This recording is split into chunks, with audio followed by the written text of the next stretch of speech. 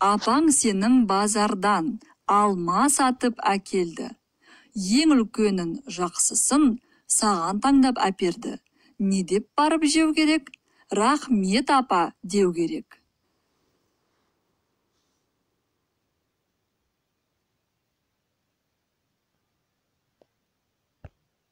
Балалар жүр көшеде, естіледі шу айқай. Сен де шықтың көршіңді, қағып кеттің байқамай. Мұндайда не деу керек? Кешіріңіз деу керек.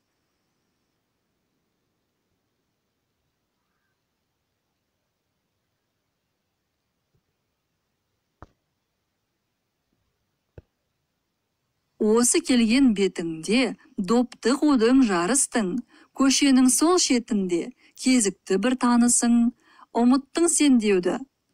Сәлеметсіз бе деу керек. Осы келген бетіңде допты қудың жарыстың, көшенің сол шетінде кезікті бір танысың, ұмыттың сен деуді. Сәлеметсіз бе деу керек.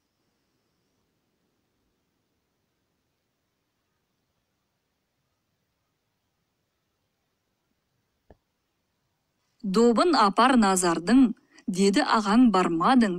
Табжылмадың, сазардың, аға тілін алмадың. Сен қай сөзді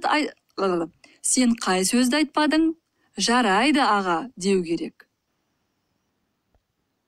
Добын апар назардың, деді ағаң бармадың. Табжылмадың, сазардың, аға тілін алмадың. Сен қай сөзді айтпадың? Жарайды аға деу керек.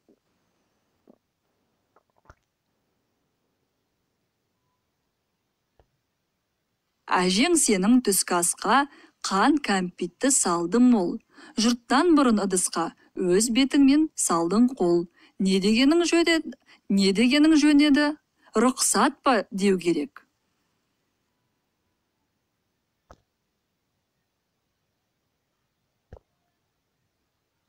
Үй артында қоқысты жатқан көптеп үйіліп, тазалайды қарт кісі, белі зорға иіліп.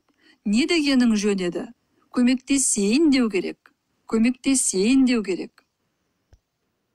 Үй артында қоқысты жатқан көптеп үйіліп, тазалайды қарт кісі, белі зорға иіліп. Не дегенің жөн еді? Көмектесейін деу керек. Көмектесейін деу керек.